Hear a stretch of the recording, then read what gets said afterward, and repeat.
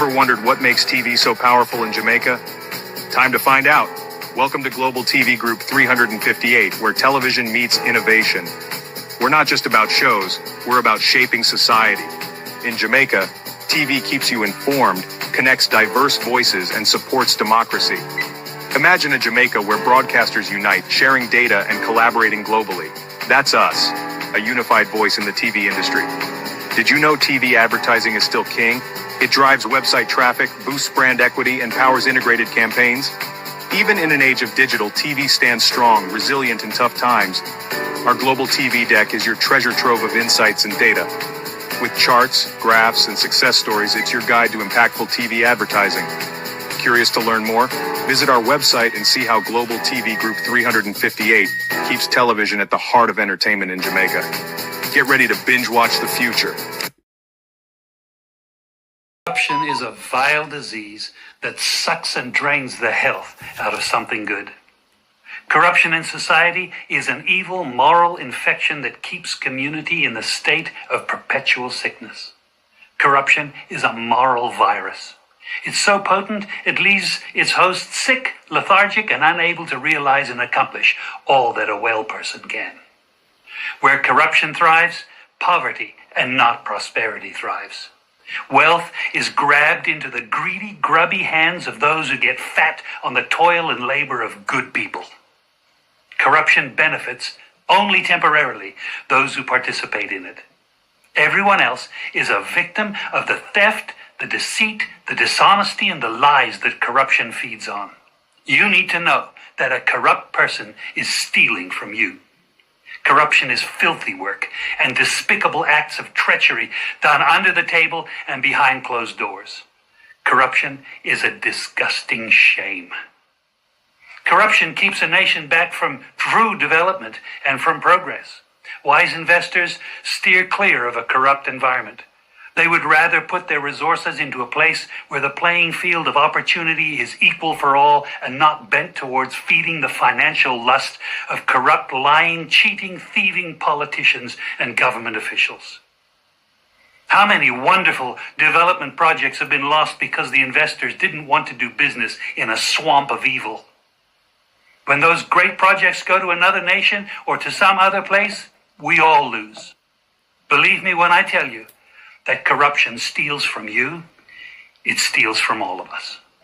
Corruption plunders the nation's wealth. Corrupt people compromise on truth, equity, and fairness, choosing instead to feed off the short-term benefits of crookedness, exploitation, and financial perversion.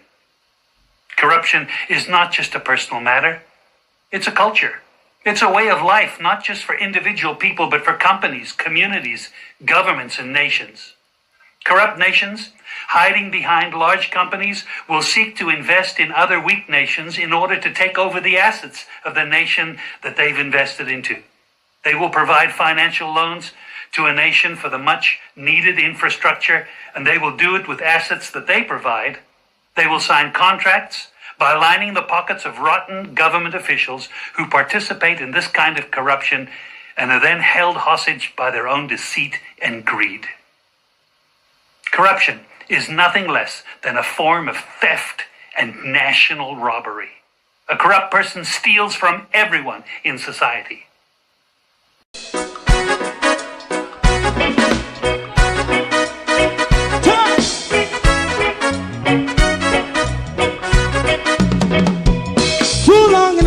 Ghetto, run, keep going on, less process. For children of Israel do really love rights. So justify and I as a watchman around Babylonian walls. Oh, children of Israel, I should never hold thy peace. What wrong is going on? Hey, oh, we gonna bust down Babylon walls. Prepare the way. Prepare the way for your people. Let's go. Fight down, war cry. Fight down. Me say Rastafari. War and cry. And do the righteousness. Hey, we love. And we love Jaja. Jah Rastafari. And we love Jaja. Jah Rastafari. Save all people. And we love Jaja. We love Jaja. Jah Rastafari. We love Jaja. Jah Rastafari. Preserve all people.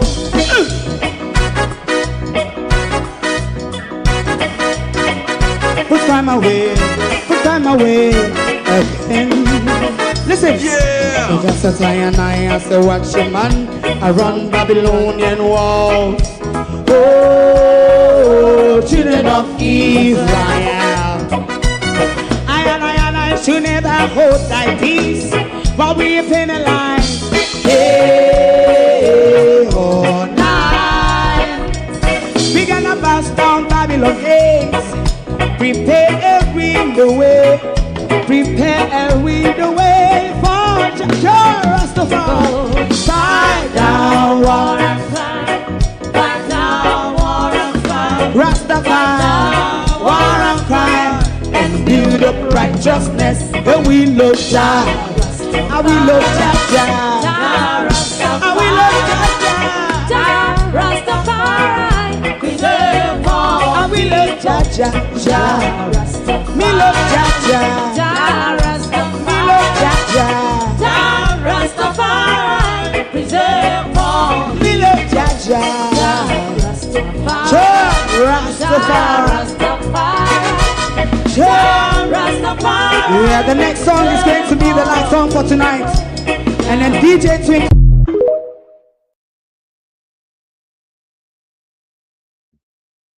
A blessed Sunday morning to you. It's the 15th of February 2026.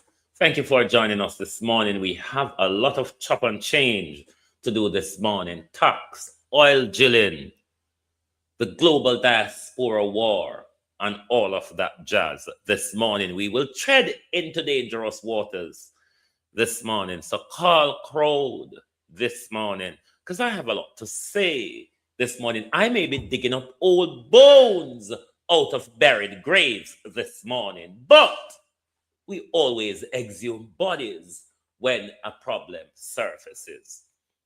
Morning, everyone, and welcome. How was on the weekend? Unlike us over here, who was held hostage by brilliant sunshine and grapplingly cold weather yesterday, and then this morning held hostage as well by torrential rain. The weathers of this country. Everybody, morning and welcome. Like and share the live, please. To my community of party and all my family members, platform moderators, membership holders, viewers, subscribers, commenters, and trolls, good morning and welcome one and all. Thank you for joining us. Colin, Joan Bailey, Lynette Jenkins, Violet Watson, The Unstoppable One, Debbie Jervis, Stevie, Marjorie Lewis, The Easy Jerk, good morning, good morning. Who else is here? George Beckford, good morning, morning, everyone. Welcome to those who are silent listeners. Good morning, like and share the live for us, please. We are going to go straight to the oil issue. The oil drilling, or the prospect of oil in Jamaica. Who that? Miller, good morning.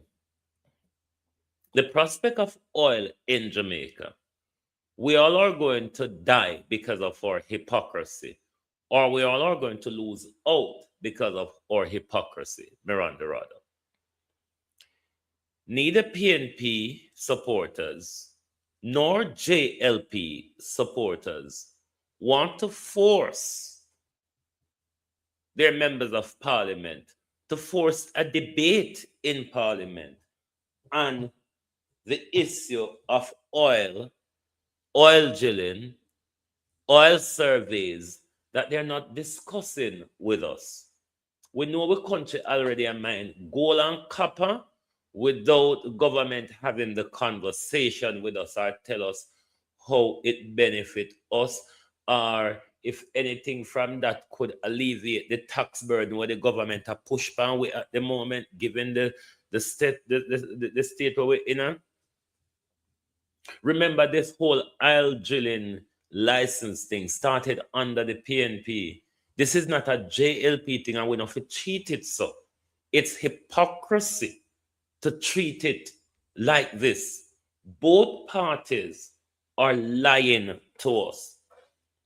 Both parties may stand to gain from it. Those who have their companies and will get all sort of contracts and this and that in the oil industry.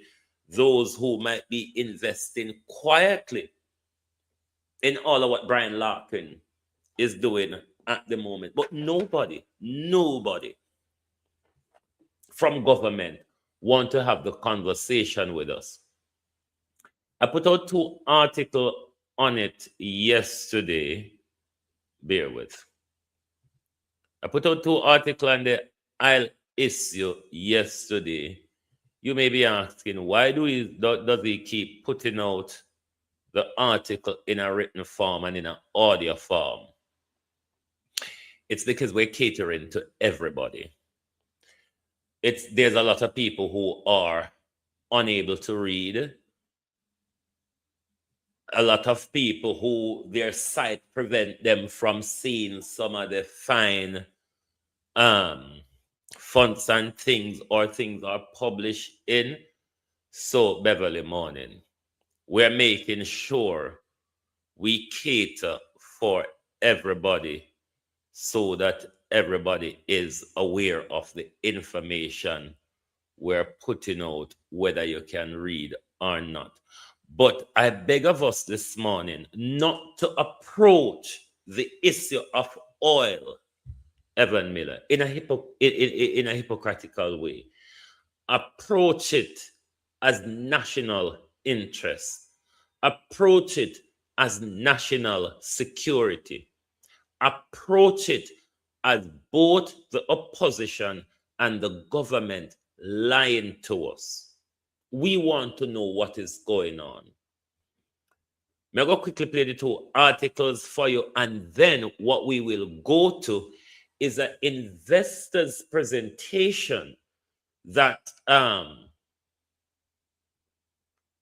Brian Larkin did on the 14th of October 2025, 2 weeks before Melissa Monica Morning.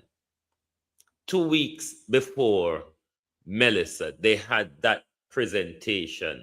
We're going to listen to it after we listen to the 2 articles when we put out on it yesterday. But it's not something that we should just sit down and wait, pencil. It's something that we must force a conversation with our political mass. United Oil and Gas. We must, and Jamaica's sorry, we must force this conversation in our parliament. The Ministry of Mining, the Ministry of Energy is having high talk with United Oil and Gas. Why are we, the taxpayers of Jamaica, being kept out of it? Why our leaders keep denying, no, not such, there's nothing here to see. But whatever risk come from it, we the people who don't want to know, we the people who they're lying to, we the people who are kept out of it, are the people who will pick up the dangers and the disaster. And when we get to Brian Larkin, I want you to listen how Brian Larkin is heavily centered. It's all about the investors, and it's all about getting in there first and get the glory. Let us listen to this article first, then we go to the other one, which is much shorter. Then we go to Brian Larkin presentation. United Oil and Gas and Jamaica's oil drilling. The October 16th, 2020. And this is the Global TV News Desk, not anybody else's news. The Global TV News Desk. in print and in broadcasts. 25 Context, Prospects, and Environmental Concerns. On October 16, 2025, no specific public meeting hosted by United Oil and Gas focused solely on Jamaica's oil drilling was identified. However, the date fell within a critical period of activity for the company's Jamaican operations, coinciding with industry events like the second IEL Energy Project Development Conference in Houston, USA, and just days after UOG announced a vessel agreement for key surveys offshore Jamaica. These developments underscore the growing momentum around Jamaica's oil exploration ambitions, as well as mounting debates over its potential benefits and risks. The Jamaica Project, key background. UOG holds a 100% interest in the 22,400 square kilometers Walton Morant offshore license south of Jamaica, with unrisked mean mid-case prospective resources estimated at 7 billion barrels of oil. In June 2025, the Jamaican government granted an offshore drilling permit for operations near the southeast coast, though the decision faced criticism for lacking public consultation and transparency. By October 2025, UOG had secured a vessel for a piston coring and geochemical survey aimed at confirming hydrocarbon presence and de-risking the basin ahead of potential drilling. Prospects for Jamaica. Economic potential. If successful, the project could transform Jamaica's economy, offering revenue from production sharing agreements, job creation in energy and related sectors, and reduced reliance on imported oil. UOG notes development costs as low as $8 per barrel and a break-even price of $25 per barrel, with comparisons drawn to Guyana's successful offshore oil industry. Energy security.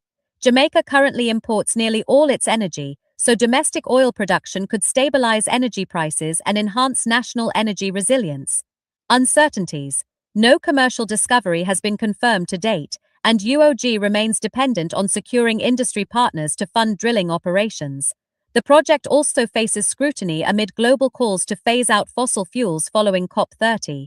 Environmental risks and effects.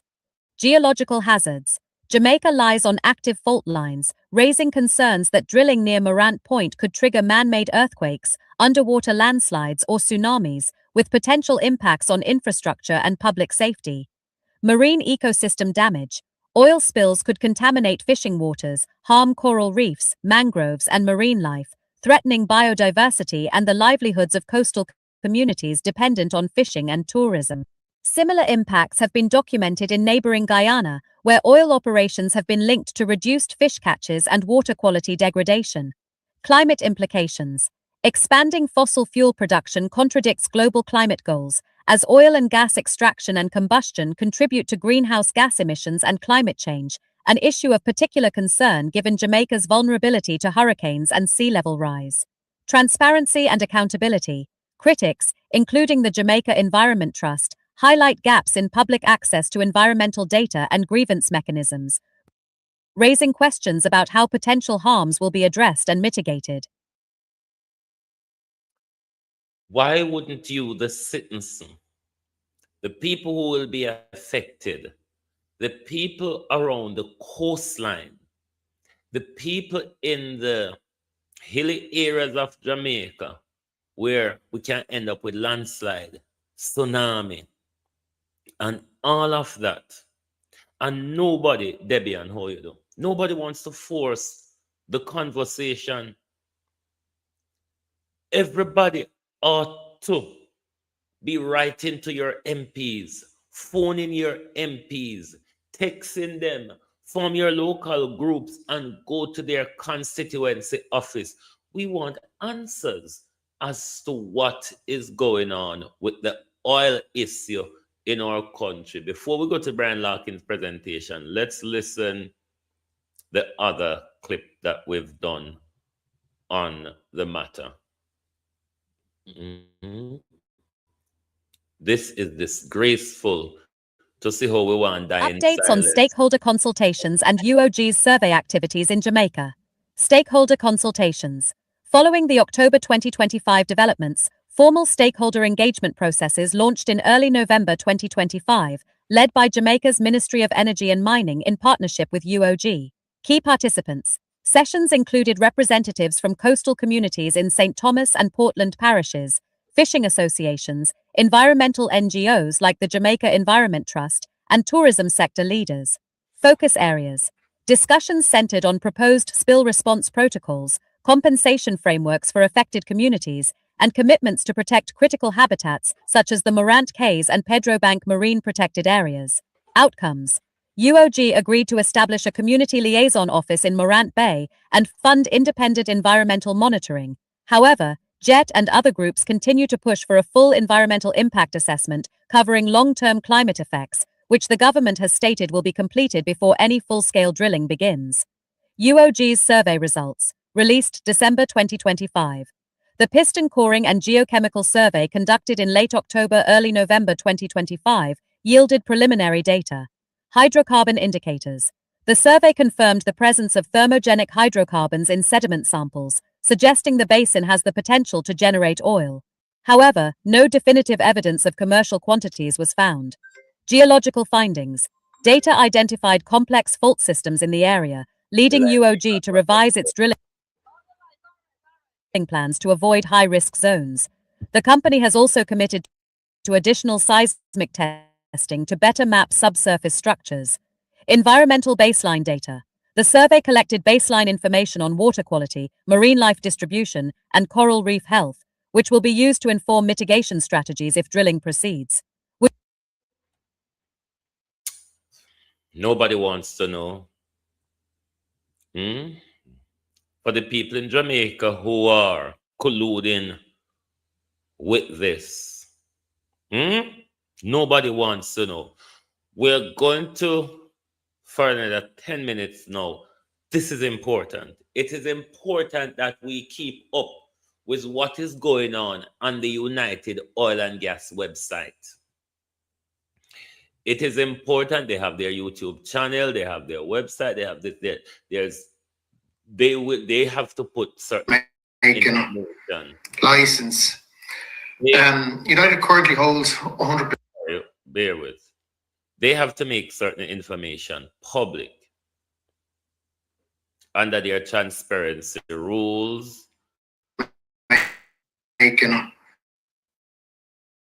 Make it license. Transparent for their investors, all of that.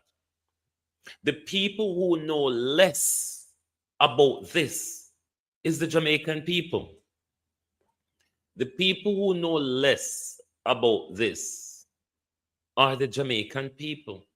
And I don't know if I'm in this year clip or another clip, which I'm not going to get to play this morning. A lot of the big oil giants, said Brian Larkin, are now coming on board. Not even the risk, we're not aware. Listen, Jamaica people, want to look for me. Hello? Listen, we not go benefit out of it.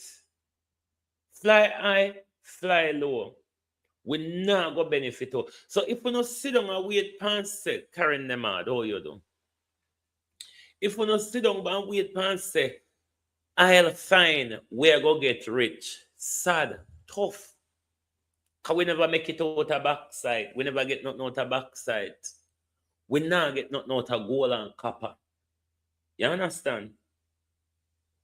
So if a rich on a plan to get rich out of oil, plan for the big funeral them too. Or not even plan for the big funeral because and say, when they have up their sleeve, we may have to dig all up a mass grave. If we not wake up, it won't be big pretty funeral with marching banner, expensive $500,000 casket, you know. No, it's going to be mass graves. Let's go to Brian Larkin's presentation. Because Jamaica people just want to walk in and then death traps. So, just so. Hear from the people who are doing it, not from me.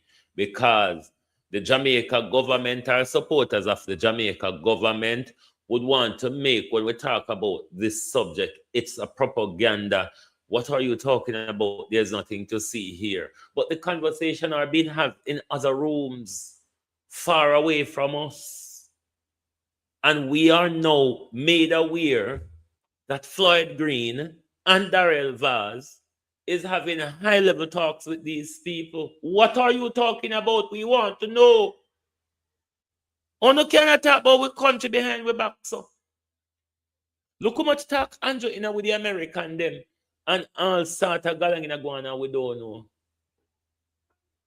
Anyway, let's go to Brian Larkin. Jamaican license.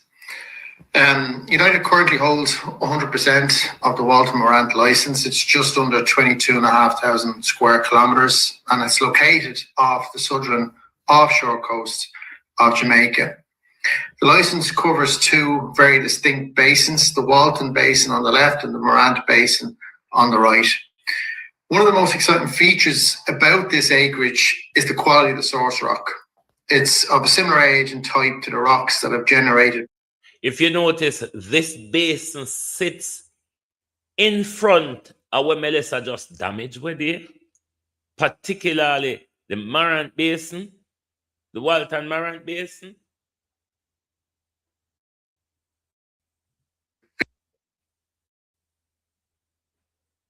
Look, I'm going to leave it uninterrupted. Billions of barrels of oil in places like, Guyana, Trinidad and Tobago, and across the wider Caribbean. So far, we've identified approximately 40 prospects and leads with a combined potential of more than 7 billion barrels of recoverable resources. The project's economics are extremely attractive and are underpinned by a production sharing contract or agreement with the government of Jamaica with a low break-even oil price of roughly $25 a barrel. In a success case, for example, say a single 400 million barrel development well, the project could deliver an NPV value of around $4 billion US. So for a company of United size, having access to a license of this scale is quite unique. That's the kind of opportunity that would be the envy of much larger players.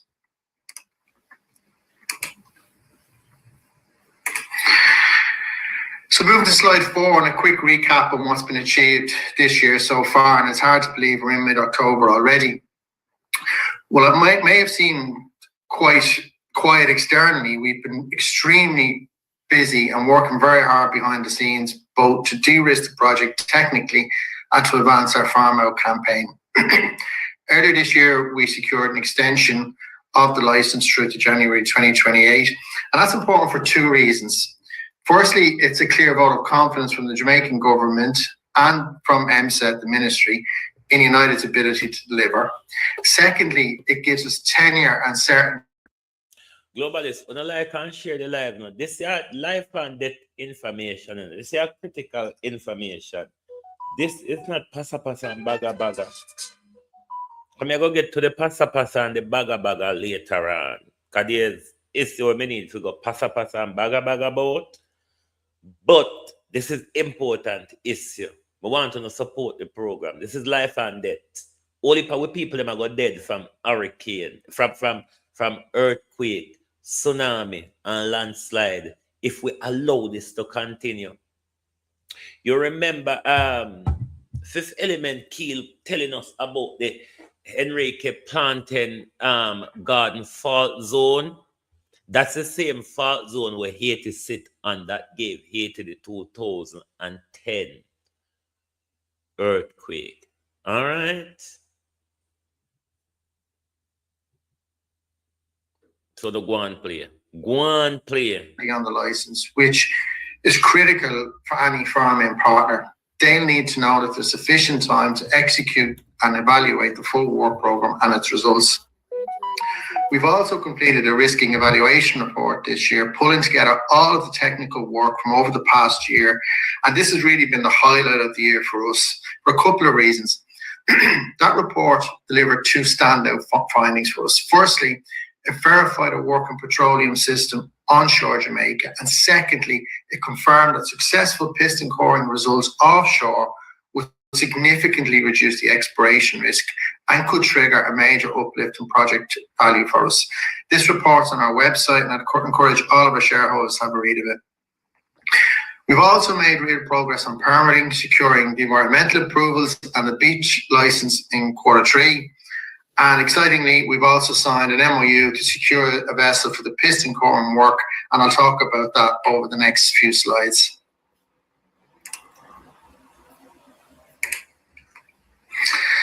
So the piston coring survey. So on slide 5, what is the piston coring survey? Why now? And more importantly, why do we believe it will work?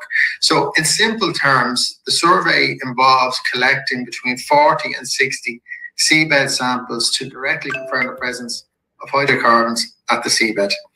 Now, we already know that there's a working petroleum system onshore. That's been verified in the Riskin report. And historically, 11 wells have been drilled in Jamaica, 9 onshore, 2 offshore, all showing hydrocarbon. 9 offshore, 9 onshore, 2 offshore. Don't you all want to know where? Don't you all want to know where? Huh? Lord Jesus. Jamaica is going to be doomed to failure because of political tribalism and protecting our leaders rather than protecting the future of our children. We're dangerous to ourselves. Presence. The last of these wells was drilled in 1982.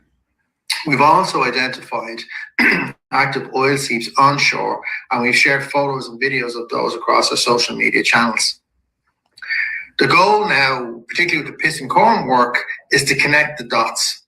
It's to demonstrate continuity between that proven onshore system and the offshore basins.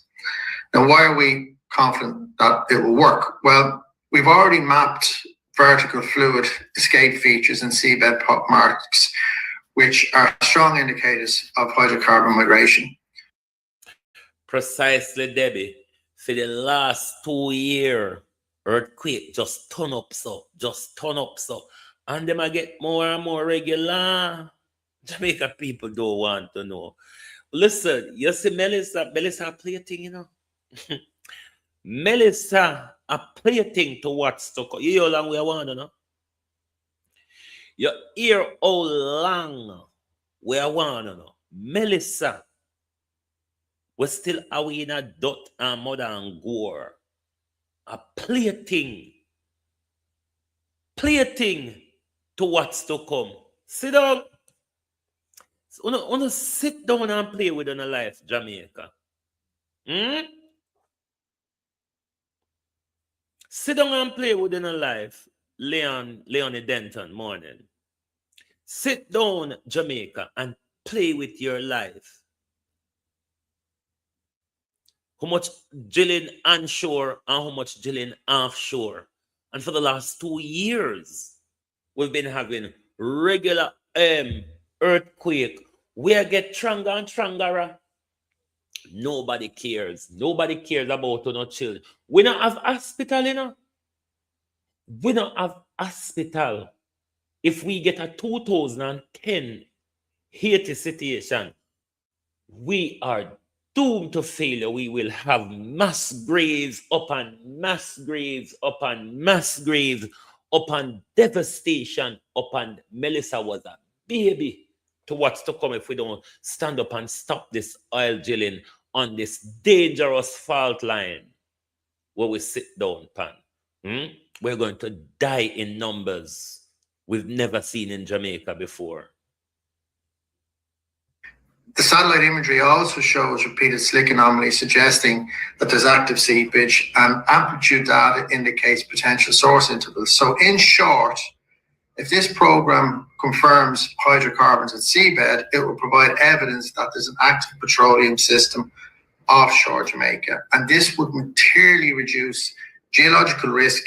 It increases the project's overall chance of success, which in turn we'd expect to see reflected in shareholder value. It's also a very powerful tool for our ongoing pharma campaign and discussions.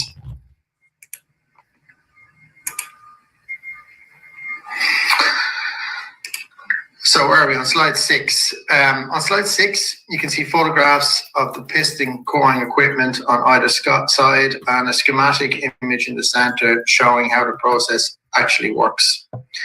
Essentially, the piston core is a long weighted tube that's driven into the seabed to collect samples of sediment and mud for analysis. Now, importantly, this work is low impact and it's environmentally safe. There's no disturbance or damage once the samples are collected.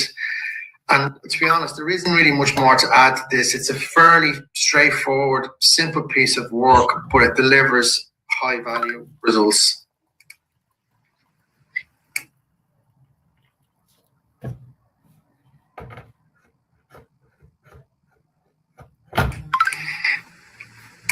Our slide deck, there we go. Sorry, slide 7, it's jumped across. I hope everybody can follow it. Slide deck seems to lock on me there. But on slide 7, moving to slide 7, the vessel and our partner for this piece of the work program, TDI Brooks. For anyone not familiar, TDI Brooks is a US-based research and services company that specializes in exactly this kind of offshore geochemical and geotechnical work. They're very experienced, they're highly regarded internationally, and we've signed an MOU with them to secure the vessel. It's scheduled to be available in the fourth quarter of this year, but the current guidance is that that boat will come on contract with United in mid-December.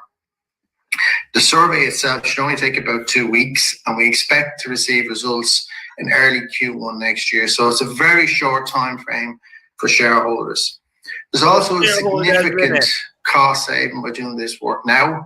This vessel will be passing Jamaican waters en route to Trinidad, which means we will avoid the normal mobilization and demobilization costs, which is not insignificant. And needless to say, as we work through operations, we'll be updating our shareholders at every step along the way.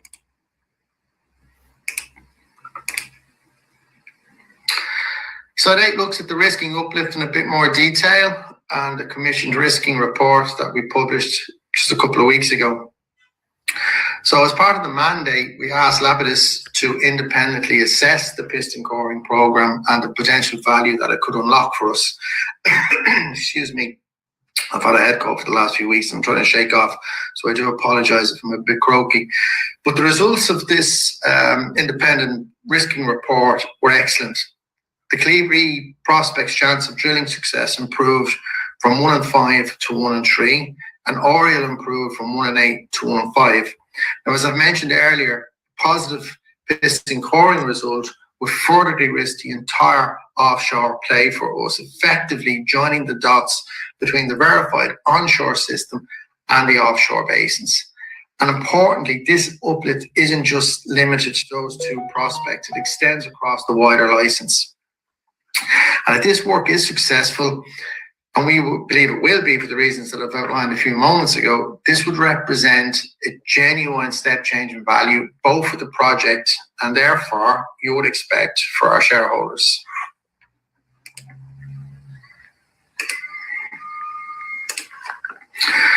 So just to talk about the value a little bit more, and slide 9 put some numbers behind that and what this could actually mean for shareholders.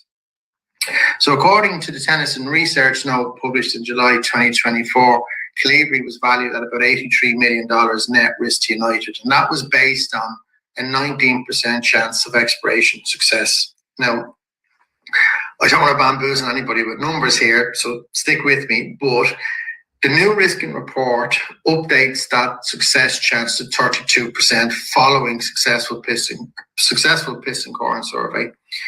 Applying those numbers to the Tennyson note increases Clevery's net risk value to around $140 million US. That's an uplift of $57 million to United's project value. Combine that with Oriel, and the total uplift reaches approximately $75 million US. And as I've said before, this de-risking effect carries across the broader portfolio of prospects and needs. So the overall impact for us could be absolutely huge. These numbers are supported by the more recent Tennyson note that was released last week. And again, I encourage all of our shareholders to have a read of it. It's on our website.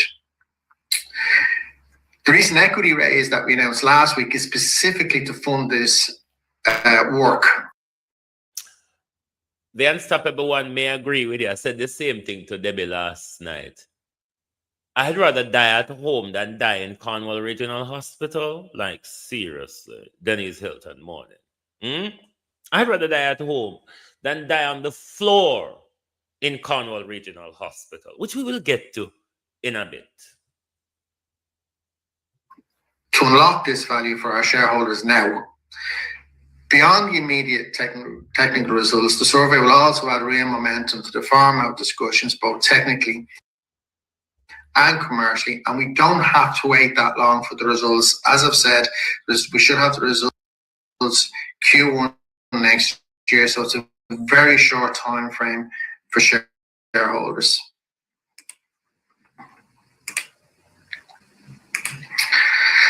On slide 10, just to wrap up, it's been a short presentation, but I hope I've shown the technical rationale and the commercial opportunity that this program represents. A successful piston corn survey will contribute real evidence to support an active petroleum system offshore Jamaica, essentially joining the dots, as I've said. It will lift our exploration chances of success. If it's successful, it will materially enhance the project's value and it will create meaningful upside for our shareholders. And in order to unlock that value, it's important for shareholders to support this equity raise so we can go and chase this upside now and not wait. And finally, just before I open the floor to some questions, I'd just like to thank a few key groups while I've got the chance. Firstly, the Government of Jamaica and the Ministry for their ongoing support, cooperation and confidence in what we're trying to do. Also our partners and advisors who continue to help us progress the project efficiently and, more importantly, safely. And finally, to our shareholders, I know it's been a bumpy road, but thank you for your continued belief and patience. We are now making real progress on this project. We have a pathway to unlock significant value by executing this work program. And we believe over the coming months, we could be genuinely game-changing for this project for us in terms of value realization. And I guess with that, I'm happy to take any questions that may be submitted. Please do bear in mind, some questions I may not be answered for commercial reasons. And we'll also try to avoid duplication where possible. Some questions may not be answered for commercial reasons. Sophia Morning. The shareholders.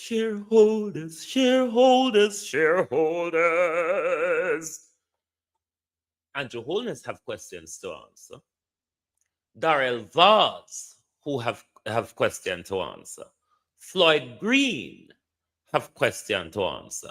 Mark Golden have questions to answer. Philip Paulwell have questions to answer. Miguel Phillips have questions to answer. All those people who shadow and responsible for mining and energy, the government and the leader of the opposition, the motherfuckers are all lying to us. Can you not see it? We've been saying this. They are all lying.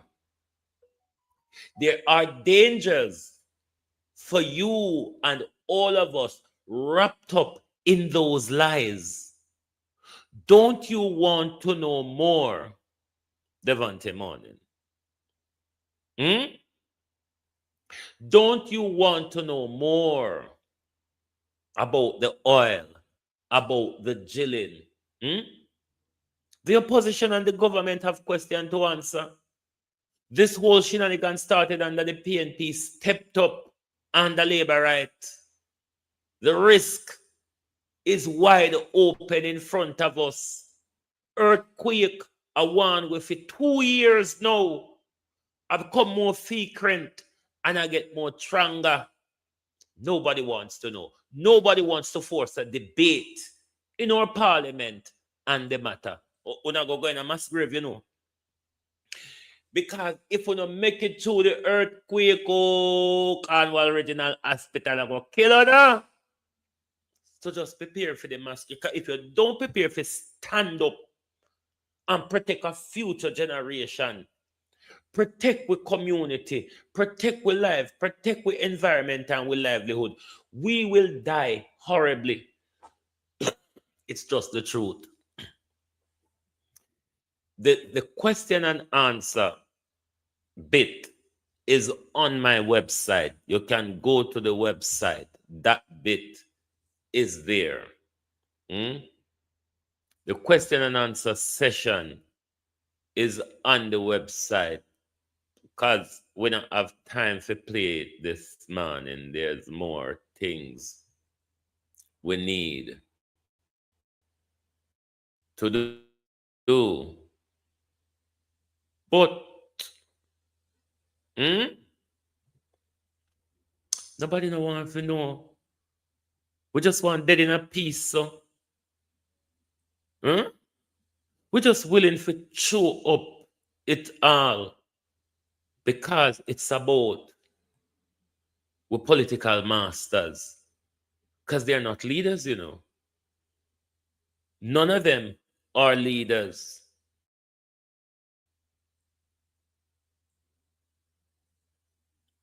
Mark Golden and the PNP a lie. Andrew Holness and the JLP a lie. We, though, stuck in the middle with the pending disaster. We stuck in the middle with all of the pending disaster. The one in them cannot be any more glaring. The one in them cannot be any more glaring. Who is taking note of what is happening, though? Nobody. Because Jamaicans don't want to know. Jamaicans are just comfortable waiting to be killed by all of what's to come. Because that's what's going to happen in Jamaica. Many of us will die. Many of our family members will die. Because it looks like us, we sit down a plan to get rich out of aisle. Ask the Nigeria people where them benefit. If a plan on a plan to get rich out of aisle, ask the Nigerians what did they benefit out of aisle.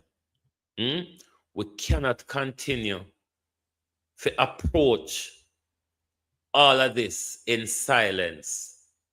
We just cannot continue to approach all of that in silence. No.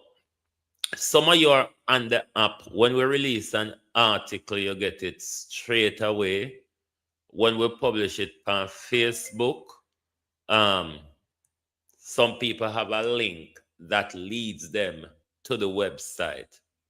Now, when you touch the link on the article, it will lead you to the particular article that link is for. But when you go on the website, you'll see all of our articles in the recent posted area. Or you can just go to the vlog area, the blog area, where all the articles are at, and they're posted in print and audio form, so everybody can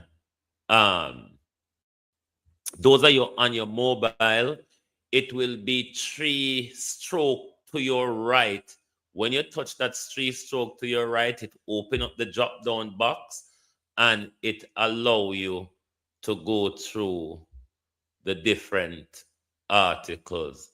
But we do that one upon the Jamaica diaspora issue, where we are going to move to briefly now, and may go boss liberty after that. We're going to look at the rift in the Jamaica global diaspora, and we're also going to look at how other Caribbean nations interact and engage with their diaspora members. Oops. You're not getting the audio. I need to undo it and do it again. Sorry. Bear with. Let me get the audio back in. Right. Okay, should be okay now. The dispute between Jamaica's government and the Global Jamaica Diaspora Council, a clash over autonomy and engagement. The ongoing dispute between the Jamaican government and factions within the Global Jamaica Diaspora Council centers on fundamental disagreements about the council's purpose, autonomy, and relationship to the state. At its forefront are Orlando Terrelonge, State Minister in the Ministry of Foreign Affairs and Foreign Trade, who heads the GJDC, and Patrick Beckford, former head of the Jamaica Diaspora Advisory Board for the U.S. Northeast, who has emerged as a vocal critic of the current structure. Background: the GJDC's mandate and origins. The GJDC was established in 2019 as the successor to the DAB, designed to align diaspora engagement with Jamaica's national diaspora policy and drive contributions to sectors like education, health, and security. Per government frameworks, it is positioned as a key organ to foster collaboration between Jamaica and its global diaspora, which plays a critical role in the nation's economy through remittances and investment. The core of the dispute. The conflict escalated ahead of the 2026 GJDC elections, which were postponed due to Hurricane Melissa, to prioritize recovery efforts. Beckford called for a boycott of the vote, arguing the council has become a ministerial extension rather than an independent body accountable to the diaspora. He advocates for scrapping the current structure and establishing a fully autonomous council free from government control, stating it was meant to be fearless and accountable to the diaspora and not to politicians. Terrelonge has rejected these calls, describing them as disingenuous and without merit, and accusing critics of spreading misinformation to disrupt a legitimate and transparent process. His stance reflects the government's view that the GJDC must be aligned with national policy to effectively drive development. This clash builds on earlier tensions. In 2023 to 2024, a rival US-based group using the same Global Jamaica Diaspora Council name protested government corruption, crime, and perceived neglect of diaspora concerns, even hosting a counter-conference to the government's biennial event in June 2024. While this group later fractured internally, its grievances, shared by Beckford and others like Dr. Rupert Francis, highlight broader frustration among some diaspora members who feel their input is sidelined in favor of state priorities. Critical analysis. Strengths of the government's position. The government argues that alignment with national policy ensures the GJDC's work supports tangible development goals, such as post-hurricane reconstruction. Terrelonge has emphasized that the council's structure was endorsed by the diaspora at the 2019 conference, and that transparency in elections and decision-making is maintained. Additionally, public dissent, particularly when it involves international protests or boycotts, risks damaging Jamaica's global image and discouraging investment, as noted by other diaspora representatives like Nathaniel Pete. Limitations and concerns. Critics contend that government oversight undermines the diaspora's ability to hold authorities accountable on issues like corruption and crime, which directly affect both residents and overseas Jamaicans. Beckford's call for autonomy reflects a desire for the diaspora to have meaningful agency in shaping policies that impact their communities at home and abroad. The 2024 implosion of the rival GJDC group also underscores the risks of uncoordinated dissent, but it does not negate the validity of core grievances about engagement and transparency. The government's combative tone, as highlighted by editorials, may further alienate diaspora members whose support is vital for recovery and long-term growth. While the state frames the GJDC as a collaborative platform, some see it as a tool to leverage diaspora resources without genuine partnership. Conclusion. The dispute reveals a deep divide over how to balance state-led development with diaspora autonomy. The government's focus on alignment and accountability to national goals is understandable, but it must address concerns about meaningful representation to maintain trust. Conversely, diaspora critics like Beckford need to channel their frustrations into constructive engagement to avoid undermining collective efforts to support Jamaica. As the country rebuilds from Hurricane Melissa, bridging this gap will be essential to harnessing the full potential of its global community. Right. Now we're going to look at how other Caribbean states engage with their diaspora members. Bear with. How other Caribbean nations manage diaspora engagement. Several Caribbean countries have developed distinct models for engaging their diasporas, offering contrasting approaches to balancing state goals and community autonomy. Formalized partnership standing. Barbados established the Barbados Diaspora Foundation in 2015 through an act of parliament, giving it independent legal status to oversee engagement across 15 regional chapters worldwide. The foundation operates with a board equally composed of government appointees and diaspora elected representatives, ensuring shared decision-making. Key initiatives include a diaspora investment fund for small businesses and a skills matching program that connects overseas professionals with public sector needs. Unlike Jamaica's model, the foundation has explicit authority to advocate for diaspora interests in national policy debates, such as tax reforms for overseas citizens. Trinidad and Tobago, decentralized network with sectoral focus. Trinidad and Tobago's approach centers on decentralized regional councils that report to the Ministry of Foreign and CARICOM Affairs, but retain autonomy to design programs based on local diaspora priorities. A core feature is sector-specific working groups focused on energy, healthcare, and culture that facilitate targeted knowledge transfer. For example, the Energy Working Group has helped secure partnerships between Trinidadian firms and diaspora-led tech companies in Houston. The government also hosts an annual Diaspora Day that includes public forums for direct feedback on national issues like crime and infrastructure. Haiti, community-led networks with state collaboration. Haiti's diaspora engagement is shaped by its unique political context, with most initiatives driven by community-based organizations rather than a formal state body. The government works in partnership with groups like the Haitian Diaspora Federation to coordinate efforts in education, healthcare, and disaster relief, including post-earthquake reconstruction in 2021. While there is no statutory framework governing engagement, the state provides logistical support and tax incentives for diaspora investments. This model prioritizes grassroots autonomy, but faces challenges in coordination and ensuring alignment with national development plans. Key comparisons to Jamaica. Legal status. Barbados and Trinidad have formal structures with clear mandates, whereas Jamaica's GJDC operates under government policy rather than legislation. Autonomy. Haiti's model is the most decentralized, while Barbados balances state and diaspora control. Jamaica's current structure leans more towards state oversight. Focus areas. All nations prioritize economic contributions, but Trinidad's sectoral approach and Barbados's legal advocacy role offer alternative frameworks for impact. And this is where I turn to the hypocrite, Wilfred Rattigan. This is where I recall the hypocrite, Wilfred Rattigan, who infiltrated and destroyed a group that was mobilizing itself, that could have and would have become a powerhouse now, should Rattigan have not infiltrated and burst up and destroy that group. While at the same time, that same Wilfred Rattigan, you see, Allison were dead, were there? Rattigan and Allison always in a communication. The same Rattigan were there, we want to contest in the government where the all way fight against.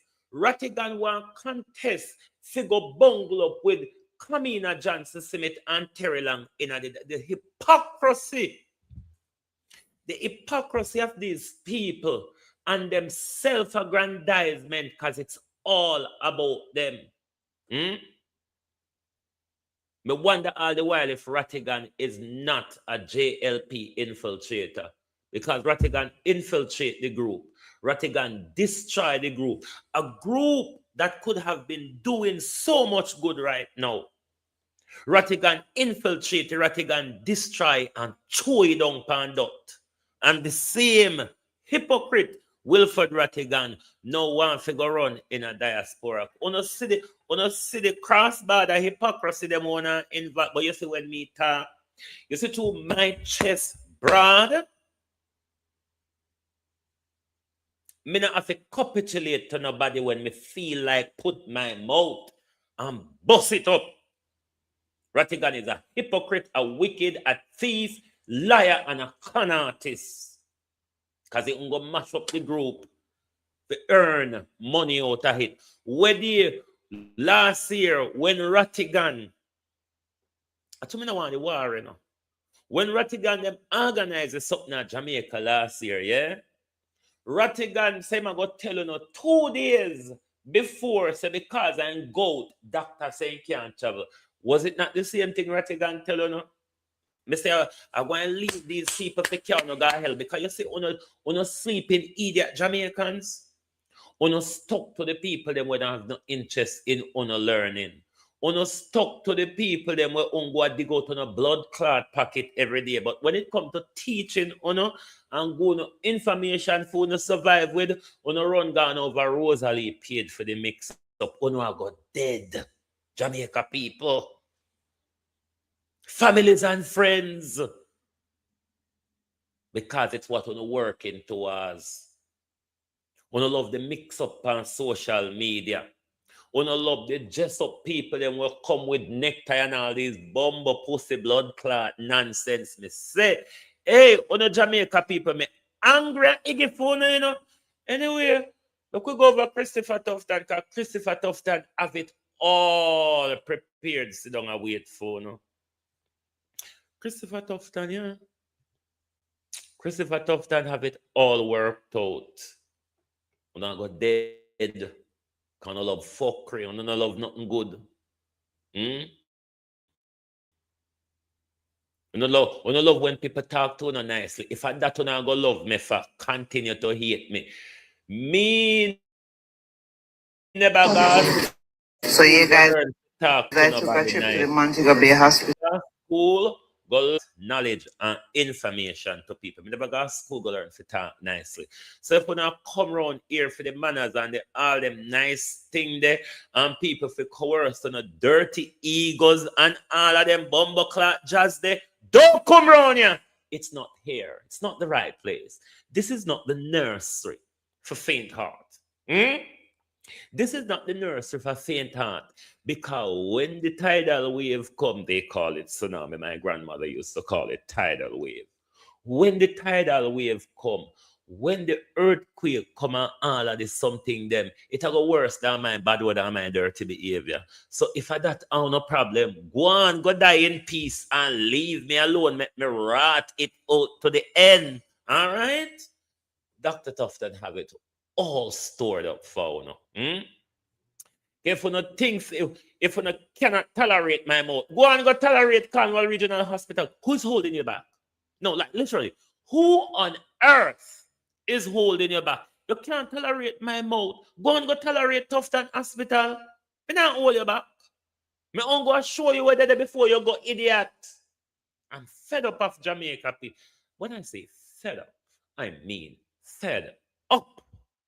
You all drive me nuts. Because I don't like knowledge. I don't like mix up. Should I dance, go, phone, that me should I do. And then I have something for entertaining and titillate on a little soft underbelly egos. So you guys, I took a trip to the Montego Bay Hospital, hoping that I wouldn't stay overnight, because this is the condition that the patients of Jamaica has to be sleeping in. And as you can see, persons have been there for days and days, and that is exactly where they live, on the ground, on the floor, on top of the chairs. You have rats, roaches, cockroaches, all kind of insects running around. So this is what we're... You're all going to die horrible. You're all going to die a horrible death. Pain a belly hot, you know? Pain a belly hot. In a foreigner, we can call ambulance, and ambulance a go come. Call it a Jamaica, no? Netflix and chill. Oh, call it. Because you don't take these things for joke. Because when you not call we over here and so no want money for God doctor, we rob Peter and PayPal send Congo. No?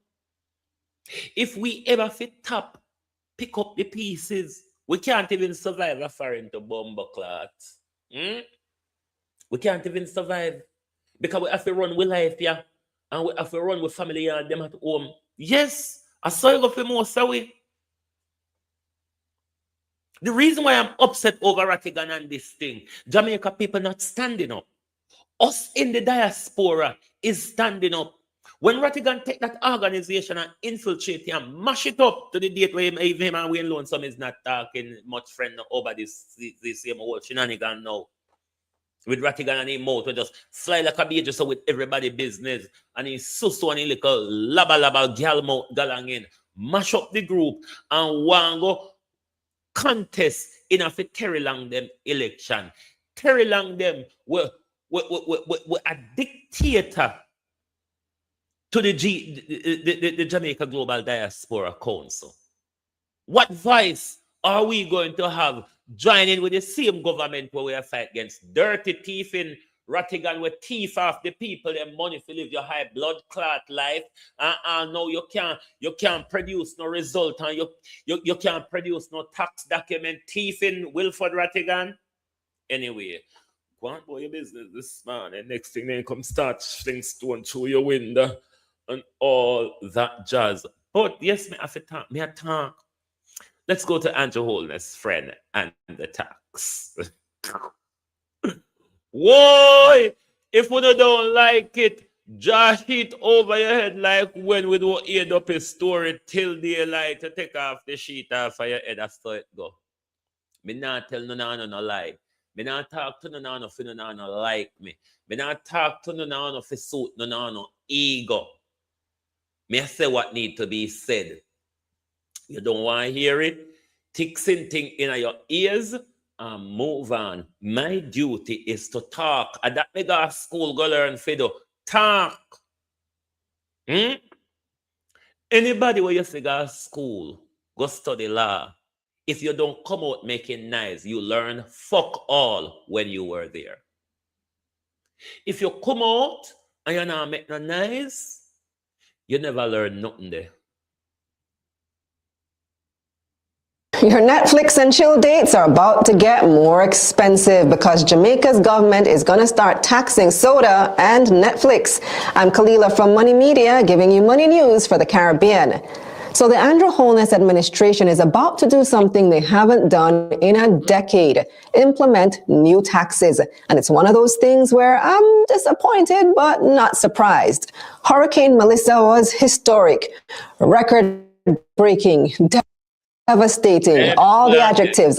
It cost nearly $9 billion US. The unstoppable one may have people a Bustamante right now. Bustamante, a pigsty. You see these ribbons and balloon, Lord Jesus. Bustamante Children's Hospital.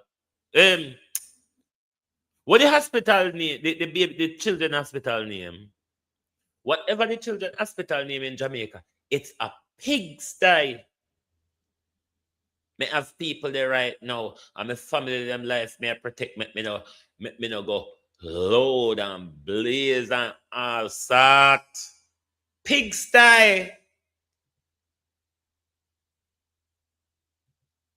Dollars in damage. That's about 41% of the island's GDP. So it was always going to take a lot of money for the rebuilding.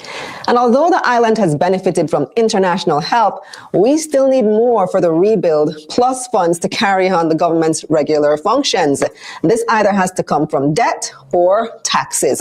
Now, the government has said they don't want to take on more debt than absolutely necessary, so taxes it is. Finance Minister Favour Williams tabled the 2026-27 national budget in Parliament on February 12. The government plans to spend about 1.4 trillion Jamaican dollars this year. That's about 8.9 billion US. Now, along with the budget, the government... Bustamante na ha pillar, you know. Bustamante na ha pillar, a old cardboard box, then pack up under the head part of the mat. Lord Jesus. Oh, Jamaica people, just silent. How did just silence so? How did just accept it so? And then when we are foreign talking, on Libya, on can't go on. Of course we can't go on because we would never accept that motherfucker. We would never accept it. That's why we don't want to come back home. That's why we take bad treatment of foreign. That's why we're running, we're going to get more bad treatment. Because we can't take it. We can't take the racism and the name calling because we can't take up cheer and we can't take up buckle and lick them in the clot. Yeah? We can't lick a bad health service. We can't lick road when not fit for car. We can't lick light when not come on, but we still appeal. We can't lick water when not in a pipe, but we still appeal. Eh? No, we will take the racism. We can't fight. We can't take up stool and throw after them. We can't take up stone and fling after them. You think we could have go fling after Andrew bad service them? You mad? Or you literally crazy? Fling after Andrew. We will deal with the racism of foreign. We will deal with the racism of foreign because we can't club a government over. We can't club a Jamaica government because we may lose our life in the clubbering. Also tabled the revenue measures, which is the document that breaks down how they intend to pay for everything. By the way, they don't usually table the revenue measures this early. That's usually top secret until the finance minister makes the budget presentation in March. But Minister Williams says they dropped it early to stop all the speculation about whether new taxes are coming, and also to give the public and the opposition enough time to process the news before the debates begin so that she can address concerns in her budget presentation. So anyway, what's on the table? Well, I already told you about the tax on digital services in my other video. They're adding GCT to things like streaming services, subscriptions, and software. So watch that video for more on how they'll probably implement that tax. The other one that caught my attention was an increase in taxes on tourism services. I didn't even know that tourism gets taxed less than everyone else. They only pay 10% GCT while everyone else pays 15%. This was supposedly done back in the day to give them a break while the industry develops. But I'd say Jamaica's tourism industry is pretty well developed by now, so it's only right that they pay their fair share of taxes. Tourism is one of Jamaica's biggest industries, bringing in over $4 billion in 2024. That's over 30% of GDP. However, the higher tourism taxes won't come into effect until next fiscal year because obviously tourism was hit hard by Hurricane Melissa. Many places still haven't even reopened. It would be unfair to hit them with that now. The government is expected to earn 11 billion Jamaican dollars when they do raise the tax. You hear what Andrew friends say? It would be unfair. Ladybug, all you do? It would be unfair to hit the tourism sector with the higher tax. No. But it's okay to impose it on the Jamaica people now. Jamaica people, nobody on the pound side, you know. And even the one on tour with the pound side, and don't like we and don't support because if we talk to it, if we take on put in our lap in a towel, hush and put jibble around on the neck and take time put the nipple buckle on our toe, and then turn around, rub on the back for a burp. And it's on the fucking face. After all that, if we turn around, rub on the back for a burp. Taxes on tourism next year. Now, the bulk of the new revenues are coming from raising the so-called sin taxes. These are taxes on alcohol, cigarettes, and now sugary drinks. They're expecting to raise 10 billion from sugary drinks alone, so that's a big one. Currently, we only pay GCT on sugary drinks. They're now going to add SCT on top of that. The rate will vary depending on the size. A small 300 milliliter drink will have an extra $6 in taxes. A 600 milliliter drink, which is the size of your standard soda bottle, will have an extra $12, while a big 2-liter drink will have an extra $40 in taxes. There are some other measures too. The annual drawdown from NHT that was supposed to end this year, they're going to continue with that for another 5 years. They're taking $11 billion from funds that should be earmarked for housing and using that to support the general budget. There are also changes to duty concessions and vehicles for public sector. Should that $11 billion a year not go to rebuild the people them with sea and breeze and rain wash for their house? The government just take 6.1 billion from the US. Why the government not use that and run the budget? Or better yet, Andrew Holness and his friend them give back with their teeth. Because right now, we put out 1.4 trillion for the budget. And we have over $3 trillion unaccounted for in our country. what we disbursed under previous budgets. So what you say?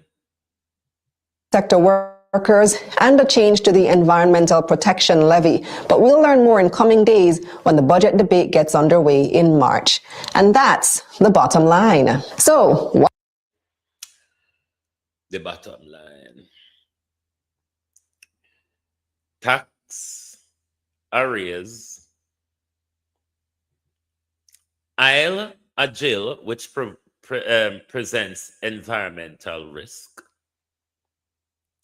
Hospital mash up and a broke down. Road a mash up on a car. When people them not learn at school anymore. I'm not quiet. So me going about my business because I'm not quiet. Eh? The people of Jamaica is comfortable. The people of Jamaica is comfortable. The people of Jamaica upset me, Mazat control. Everything a fall apart and everybody's silent. PNP lie to we, Labour lie to we. Nobody no want to talk to we about the Isle. Everybody said the earthquake I get more frequent and get more and United Oil and Gas have so much to say. United Oil and Gas have all these high-level talk with Ministry of Mining and Ministry of Energy. So what happened to them on the opposition side? What if force the debate in a parliament? What if highlight the issue? What happened to the Jamaica people where got dead? I go about my business. Come Mrs. On no one dead in a peace. Mrs. On no one dead in a peace, on no one dead frightened. So me leave on and go on. Thank you all for being here this morning. Thank you all for being here this morning. Lovely to have your support as always. What I'm not going to do though, I can promise you this. I can even put down money on it and give you change. I will not cater to your ego. Look at me. Look at me.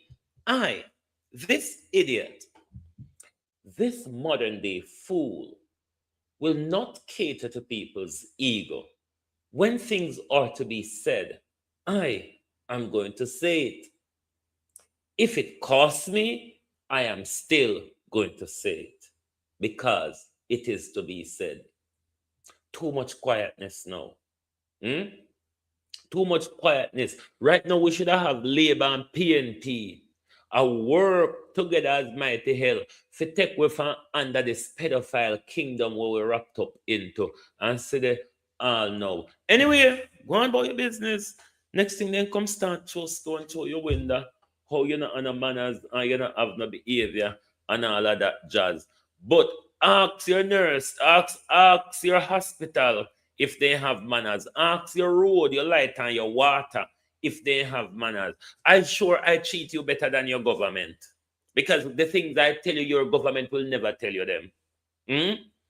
The things I advocate for you, your government will only promise you them to get your vote. And the minute they look, flight grade, flight abandoning the aftermath. Rice and water minister. See flight green there. Flight green, rice and water. Flight green don't talk about Southwest Centers that are Parity or Black River from Melissa. So flight green have to issue there. 20 pounds of rice and 1 gallon of dirty water when you go recycle site, go pick up the buckle and walk into river to in knee, full up the buckle and carry come the Parity people. Yeah, and that flight green though. Anyway, globalists, welcome go about with business now. Remember to interact with our website. Alrighty? Interact with our website because we have a lot of information on there. We are not going to only put out information over here. Our print information is focused on our website mainly, even though we put a little snippet at what's it for you on Facebook, but our print news is based on our website. You can follow download our app. We have the link on our Facebook. I think I moved this thing then now out of the oh, let me go. I think I have it. No, in the app there. In a forum, in the app there. But however, support our website and support our different channels. We keep putting out a lot of articles helping to keep you abreast with the information, especially information that so-called mainstream media refuse to speak about. All right? So thanks for being here. Thanks for your support. Continue to support the group because, our group is expanding. We're in broadcast. Now we're in print news. Continue to support us by downloading our app.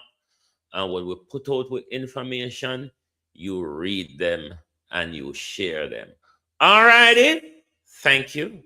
Good morning and good afternoon from Global TV.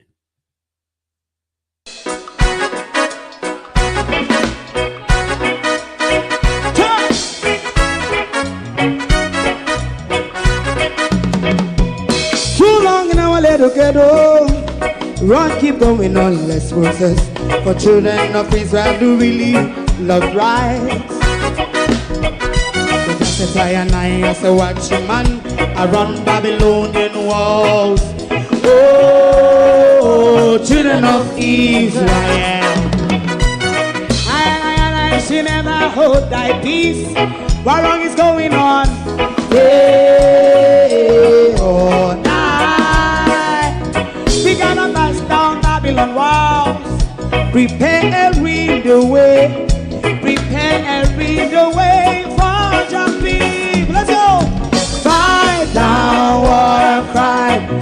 Fight down, listen Rastafari. War and crime and do the righteousness. And we love and we love Jaja. And we love Globalists, I've just put the link to the app in your. and we love Jaja. You can just click the link and download that app if you haven't downloaded it.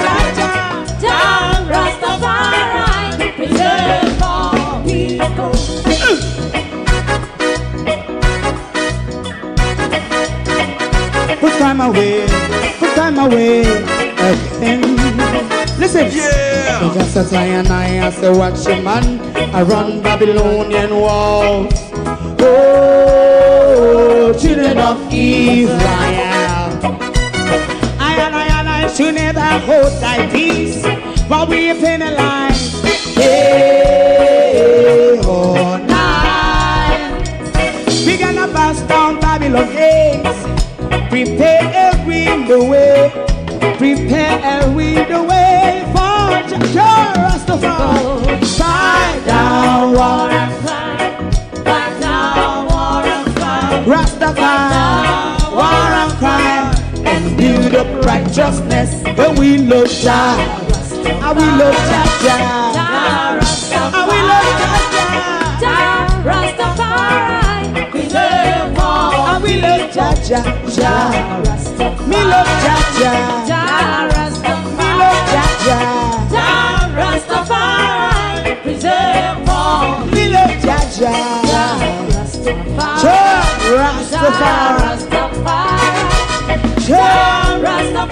Yeah, the next song is going to be the last song for tonight. And then DJ Twink. Globalists, may put the link to the app in the chat. Make sure you download the app, those of you who haven't downloaded it yet. Thank you very much. Goodbye. If you don't like missing out on the latest shows but still enjoy classic hits, then Global TV Group 358 is your perfect match. Global TV Group 358 isn't just another channel, it's your ultimate TV experience. From breaking news to binge-worthy dramas and timeless classics, we've got it all. Our unique blend of original content and global favorites means there's something for everyone. And guess what? With GTVG's seamless streaming, you can watch anywhere, anytime. Plus, our interactive features let you be part of the action. So, whether you're a seasoned binge watcher or a casual viewer, Global TV Group 358 is here to keep you entertained day and night. Don't just watch TV, experience it with Global TV Group 358. Subscribe now and never miss a moment.